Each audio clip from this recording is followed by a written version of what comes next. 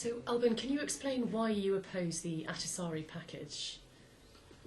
Independence and sovereignty of Kosovo implies four elements. First, seat in UN. Second, army and Ministry of Defense. Third, territorial integrity.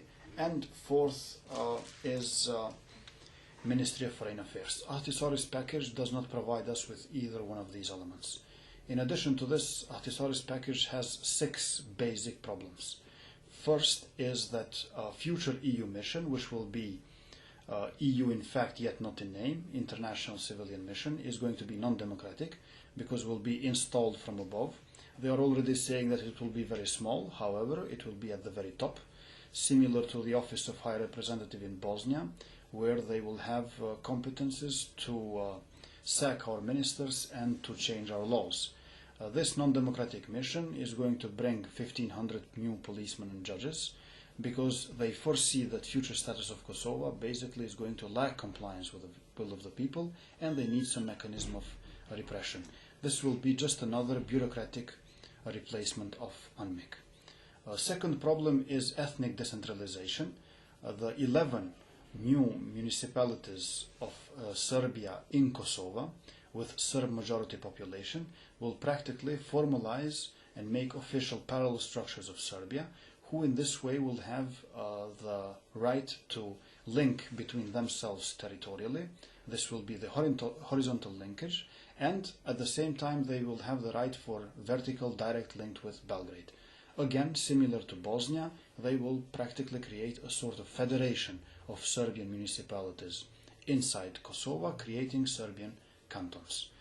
The third problem of this package is the so-called protection of religious Orthodox sites, which actually means that they will isolate them from Kosovo because they will give to Orthodox monasteries and churches thousands of hectares, and they will be named Serb Orthodox monasteries and churches as a branch of their center in Belgrade. Our national hero, Skanderbeg, was Orthodox. His present, his gift, is in the monastery of Deccan, and before the Ottoman Empire came, Albanians were simply Christians, and we think that the package of Ahtisaari was simply create religious divisions in Kosovo which never existed before. The goal of Serbia was always to represent Albanians as a non-native people in Kosovo, and they try to accomplish this by exactly extraterritoriality of Orthodox churches and monasteries, because they want to disconnect modernity of the history of the Albanians with antiquity by taking completely the Orthodox cultural heritage. In this way, according to Ahtisaari's package, if one Albanian Muslim would like to convert into Orthodox religion, he will become at the same time Serb, which is really absurd. The other problem of Ahtisaari's package is that it says nothing about the war damages in Kosovo, about the war, aggression of Serbia, the crimes and so on. And we know that Serbia, besides killing 12,000 people, and still 2,000 are missing, 20,000 women raped, and near 1 million people were deported outside Kosovo. At the same time, 120,000 houses were destroyed. Instead of Serbia paying to Kosovo for these war damages, it is Kosovo who should participate, according to Ahtisaari's package, in the foreign debt of Serbia.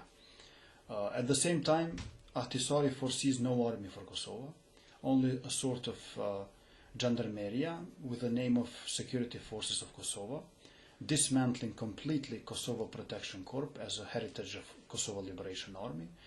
And this Security Forces of Kosovo will have 2,500 members with light armament under control of NATO. This means that we're not going to have really an army to protect our borders, but we're going to have a lot of policemen to suppress the people because the rule will be non-democratic. And the other problem is also the Assembly of Kosovo, which will be blocked practically by the Badinter model, which is the model of double majority, meaning that Serbian MPs can veto always any kind of amendment in the future constitution of Kosovo. This wouldn't be a problem if the Serbs of Kosovo would have an independent political elite, but as we know, they have been chosen and controlled and instrumentalized always from Belgrade in the last century and continues to be so also in this decade after the war.